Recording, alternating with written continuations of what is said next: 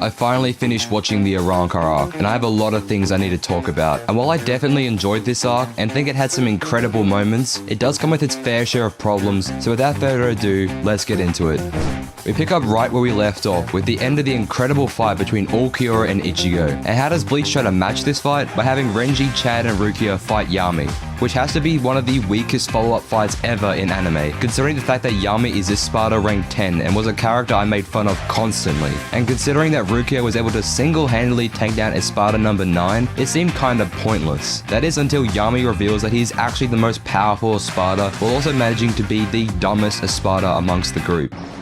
Then he's useless. Even though Yami's new form isn't that bad for the most part, I find larger enemies to be boring and not at all intimidating. However, I did like how Yami pretended to move slow only for him to actually be able to move fast, which was nice to see, but still this fight didn't really stand out to me at all. Then there was the Tear Hallibell fight with Toshiro, and this fight initially felt weak in comparison to others. It didn't really feel like there were any stakes or drama in this fight. Toshiro just basically won by pulling out his ultimate attack and ending the fight way earlier than I expected it to. The Baragon fight, on the other hand, was much more entertaining. It felt like Baragon was an actual threat, as Bleach did a good job utilizing Baragon's ability as the controller of time and being able to rot anything he touches. As Soifon ends up losing her arm, as you can see the skin decaying off of her bone, being forced to cut it off to prevent it from spreading, which was a dark moment for Bleach to have, and I've noticed that the more Bleach has gone on, the more blood and graphic scenes they use, even if for the most part Bleach is still heavily censored. Anyways, the Baragon fight also shows off Maurecchio, who is a character that wasn't really used a whole lot up until this point. And for the most part, I found him annoying, but also a great character to laugh at, as he is about as good as using Kido as Renji is at winning a fight, with him also utilizing the JoJo's secret technique of running away a lot throughout this fight, which does pad the fight out just a little bit. The fight's initial end I think ended spectacularly, as we get to see Soifon's Bankai, and you're probably wondering how they're gonna make her Bankai more powerful than a 2-hit instant death Shikai, by making her Bankai a literal fucking rocket launcher. That's how. As she launches a giant rocket into Baragon's forehead, and the way they showed the impact of the attack was great, as even with Soifon wrapping herself in metal plating, she still flung 100 miles away, showing how much force was behind the attack, as it comes with a pretty nice effect on the explosion as well. And while I did enjoy these fights, I found it hard to talk about them, as you have up to 4 fights happening at once, which can hurt the suspense and build up of each fight when you go back and forth between fights, especially when there are 4 fights happening at once. It ruins the pacing of the fights and makes them slightly boring and less interesting to watch than if we watched one whole fight play out at once. The reason it's done does make sense, as these fights are virtually happening at the same time, so they need to go between them to show how each individual fight is progressing, but it's still an aspect of Bleach that I am not fond of. There are also these pre-episode spoilers that play before every episode, and I almost ended up getting spoiled for some upcoming events, but this is easily solved just by skipping into the opening, and I fortunately didn't get spoiled for anything in Bleach, which was nice, but just a quick forewarning for anyone watching it to skip these precaps. But easily the best fight of the remaining Espadas has to go to Stark's fight against Shunsui. This fight was really well done, and comes with a crazy reveal that Lillinet and Stark are actually the same person, just split into 2, which explains why their personalities are so different from one another. Also, seeing that Stark's main weapon was a gun instead of a sword was nice, as it helps to bring in some diversity and it's just cool in general. Also really enjoyed when Junshiro showed up to help Shunsui, as they worked together in tandem to fight Stark, with everything going smoothly until Wonder Eyes shows up out of nowhere and punches a hole right through Junshiro. And the amount of worry and concern Shunsui shows for his fellow captain just illustrates how close of a connection they have to one another, and that Shunsui can be more than just a goofy captain. And while I was a little worried about Junshiro, he is easily one of the most underdeveloped soul captains in Bleach, so even if he did die, I wouldn't have cared that much. And after all this, Aizen, Gin, and Kaname are freed, and it's revealed that Baragon and Tear Hallibell aren't even dead, which is good that Tear Hallibell's fight gets extended out, as I thought that it ended way too prematurely. And right when you think the captains are going to get defeated, the Visors show up right in the nick of time.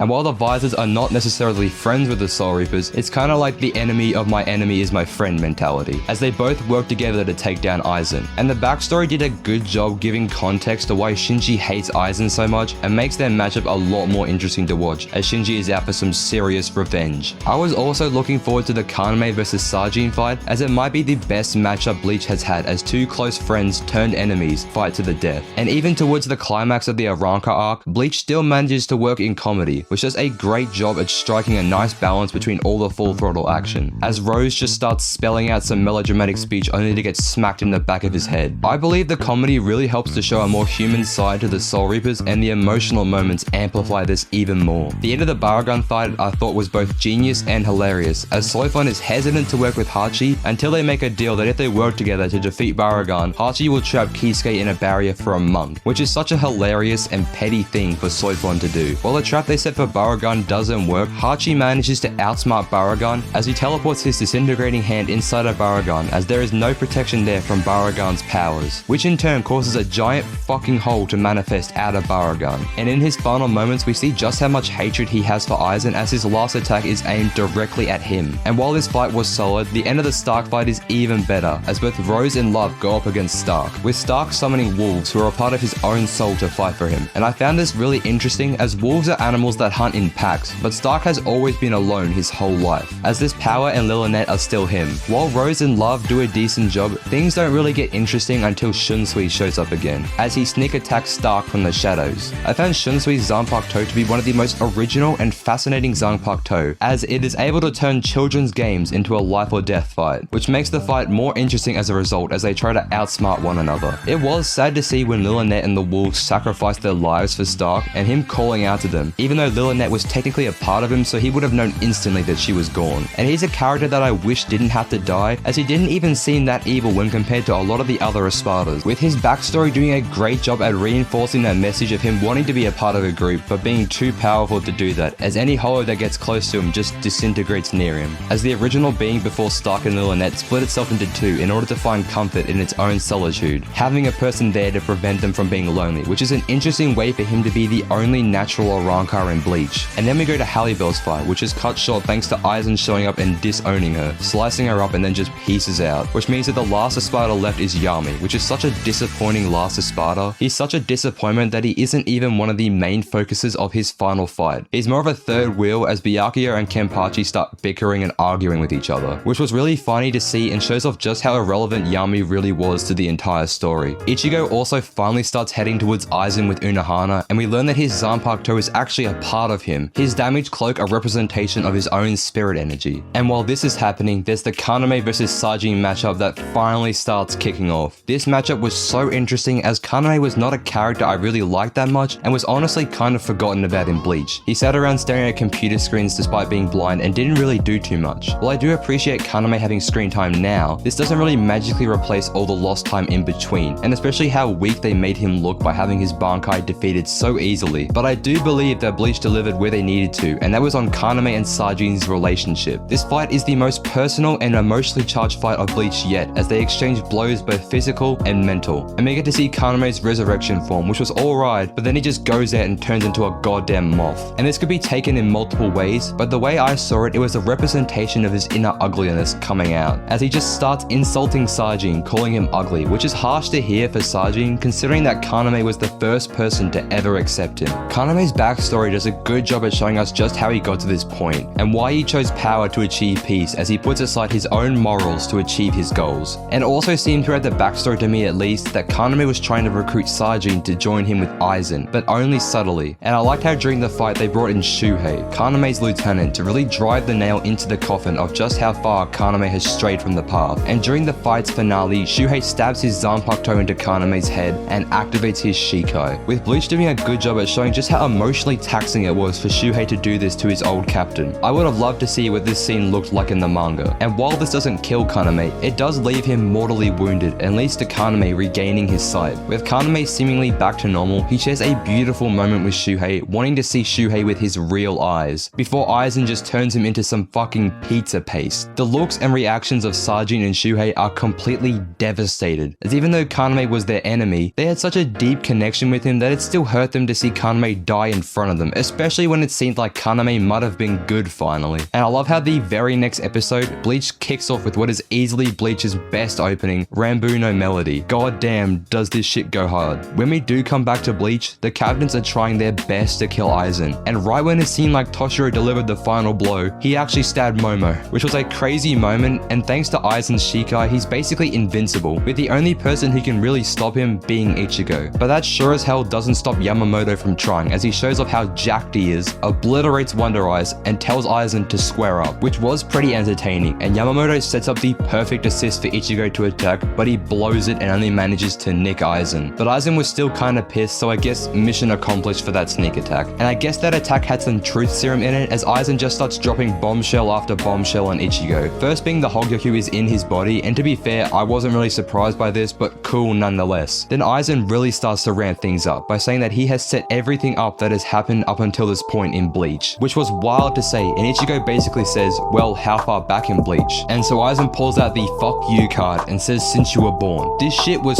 so wild, and Ichigo was so shocked he couldn't even do anything. But before Aizen can say why he did this, Ishin comes out of nowhere, and let me tell you, I have been waiting for this man to show up. He hasn't been around in so long, and it's nice to finally see him back, and Ichigo's realization at who it is priceless, with Yoruichi and Kisuke joining Ishin to help take down Aizen, which was a cool fight to watch. I love when Kisuke sealed Aizen's exit points for his spiritual pressure, and it just leads to Aizen just fucking exploding, but because he has the Hogyoku, he just doesn't die. And while Ishin, Yoruichi, and Kisuke all fight Aizen, Ichigo is left to fight Gin, and Ichigo is just like me, as he doesn't remember fighting Gin for the first time, and I find Gin to be in the same boat as Kaname, a very underutilized character, but with more of a personality and funnier, as Gin calls Ichigo of all people creepy. I mean, has Pao looked in the mirror recently? And even Ichigo is getting sick and tired of Gin's antics. I'm not interested in your tricks. And Gin, for the most part, doesn't really fight Ichigo. He just more verbally abuses Ichigo to the point where Ichigo just stops fighting him. And because Ishin, Yoruichi, and Kisuke couldn't beat Aizen, he escapes to the real Karakura town with Gin, with Ichigo and Ishin in hot pursuit. But before they confront Aizen, Ishin teaches him about the final Getsuga Tensho. And because the place they're in moves at a faster pace than the human world, they have a mini training arc where Ichigo confronts Tetsu Zangetsu, with the world he's in reflecting his current mind state as he becomes too afraid and consumed by self-doubt to fully use his hollow powers. And while all this is happening, Aizen is just wandering around aimlessly. It's cool to see people literally stop existing because of his presence, but it doesn't really seem like Aizen is trying to get anything done and is kind of just waiting for something to happen. And I honestly couldn't believe that Bleach brought in Keigo and all of Ichigo's other school friends in for the finale, which I found to be pretty entertaining, as they have to really think outside the box of how to get away from Aizen. But clearly that's impossible, as Aizen can basically teleport wherever he pleases. I just decided to stop pretending I was looking for you.